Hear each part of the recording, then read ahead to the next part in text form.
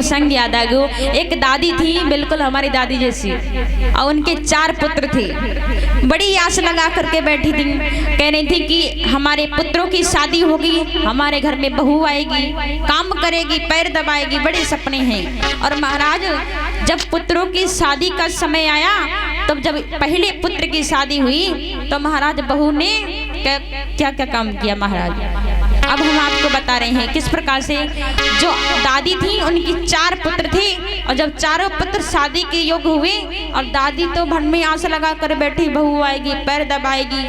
और महाराज जब शादी का समय आया तो क्या हुआ कि मैं लेकर आई परवाना और आया बहुवन का जमाना। किस प्रकार से कि सासु खबाई रही रबड़ी, बहू घर में मचाई रही गबड़ी। ये सासु खबाई रही रबड़ी, बहू घर में मचाई रही गबड़ी।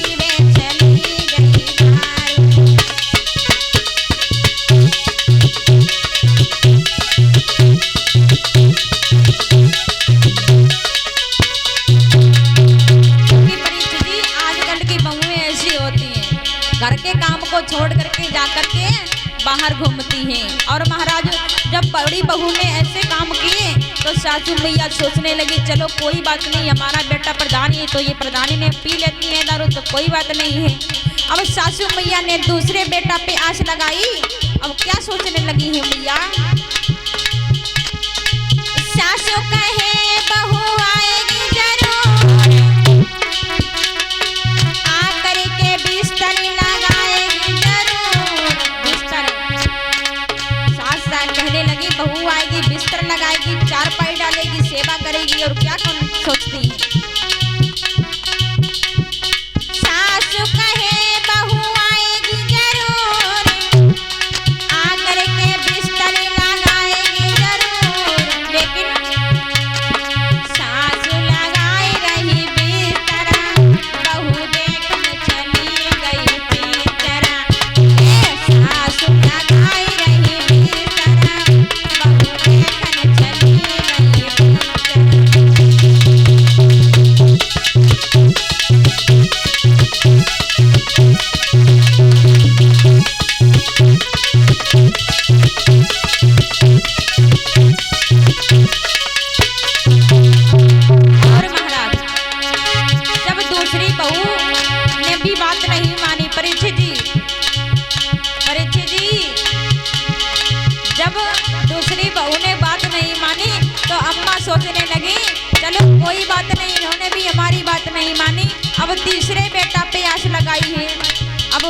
सपने देख रही है, परंतु बहू जो है बात नहीं मानती है। किस प्रकार से तीसरे बेटा पे आस लगाती है मैया।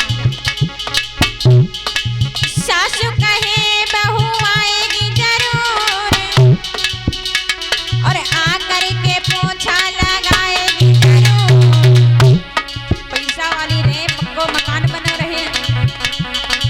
सासू कहे बहू आएगी जरूर आकर के पोछा लगाएगी जरूर।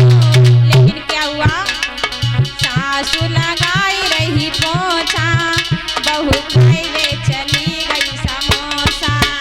ये सासू लगाई रही पोछा, बहू खाने चली गई समोसा।